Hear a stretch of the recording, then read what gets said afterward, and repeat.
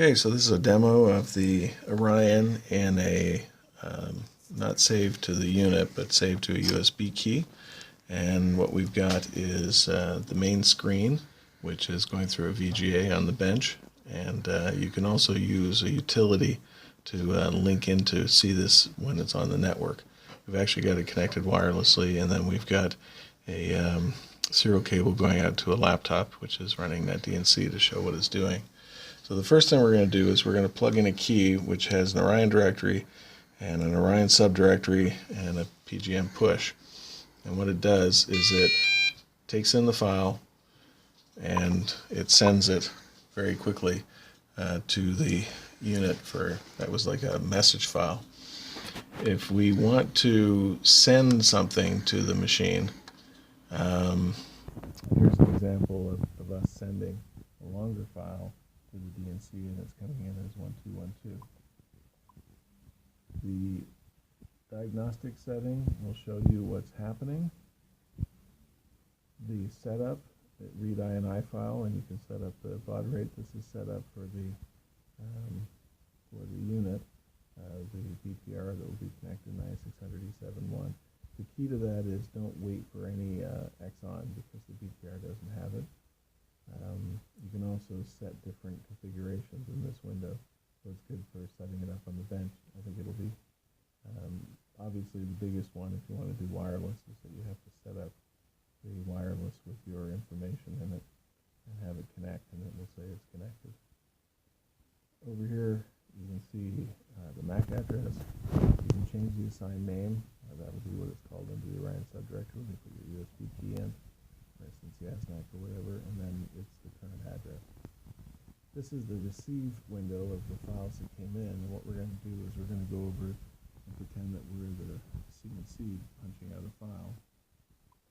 And in a few seconds it will punch out, or start punching out. Okay, and here it is coming in on the screen. So it's receiving it. Now, because of an option in the ORiON, it's not saving it to its memory. And if you hit Alt-Shift-O and go down to the Windows C underneath it, what you can see is that the USB key has an ORiON subdirectory and it has a receive directory. And this is where the files are stored. So in other words, when you pull out the machine, pull out the key,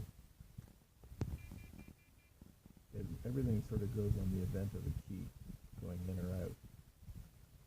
So you see the one we just put in is right here. There's the file, and it's waiting on the ORiON's memory for somebody to put a key in. And when I put the key in, you'll notice that it'll disappear from the PGM receive, and that's ordinarily we'd save it to the memory, but that's how it goes both directions. So if you want to send a file in, put it in PGM push, and it will disappear once it's sent. If you want to hold it in the memory of the machine, put it in PGM store, and whatever is in here will be copied to the machine, and whatever came from the machine is in this directory on the key, and so when you remove it. So the idea here is that very little is kept on the key, and what we're going to do right now is we're going to go into the PGM store, and you'll notice that there's a bunch of files, and we're going to remove those files so that you don't get tempted. You'll notice that the ORiON splash screen is sort of persistent on the top, and that's for a reason, because most people aren't supposed to see what's underneath. I'm just showing it to you. So we do Alt-Shift, and we'll basically get out of this, and here we are back into the main splash screen. So you can map a drive to it. Just remember,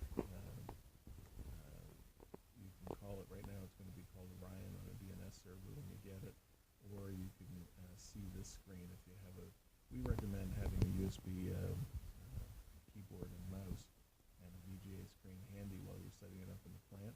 Then you can see this address, and then you can map that address.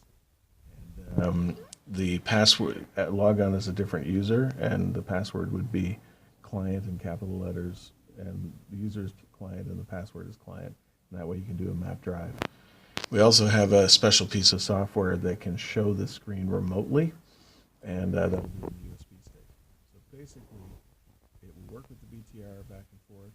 We are going to send it with a 5-volt 2-amp power thing with this DIN connector, and we're also going to ship it with a unit over here. Sorry for me getting it on here. This is the 5990. Basically 24 volts or 7 to 30 volts can come in this port, and this port is set up to have 5 volts coming out. So this is a secondary, this is a really nice way of doing the power. So the power will come in, it'll go through a resettable fuse, and it'll come out here, and then you plug that into the back of the ORiON. So you're looking for a light, there's a hard drive light, it takes about 90 seconds to boot up. And a magnetic mount, so it's pretty easy. We are sending a remote antenna so that you can drill a 3/8 hole, carefully put it in, and then you've got a wireless network, so you can use the USB or you can just drop it on the machine. As I said, the only difference here when you do that is that you would have to go down through this INI file and change this one, save directly to NC storage. Say that that's true, and then you can just use it as a map drive, which is awfully convenient.